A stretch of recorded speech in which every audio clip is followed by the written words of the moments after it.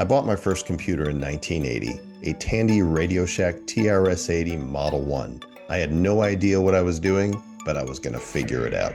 I'm Joel Comm, New York Times bestselling author, international keynote speaker, serial entrepreneur, and host of the AI for Everyone podcast. For decades, I've watched new technology roll in, and I've helped audiences around the world make sense of it. Personal computers, the internet, smartphones, social media, cryptocurrency, and now AI. Every time, the same thing happens. People feel pressured. They feel as though they're being left behind. It's like everybody else understood something that they didn't. Honestly, AI feels like that right now.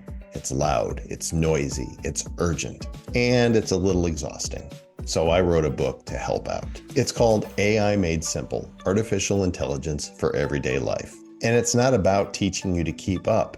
It's about empowering you to be in charge. Bring an old family photo back to life. Write the email you've been putting off. Turn a memory into a story for your grandkids. Real things at your pace. The book comes out December 1st, 2026. But pre-order now at aimadesimplebook.com and you'll get early access to the ebook. I think you're going to love this book and you're going to want to share it with family and friends that are either intimidated by AI or just confused.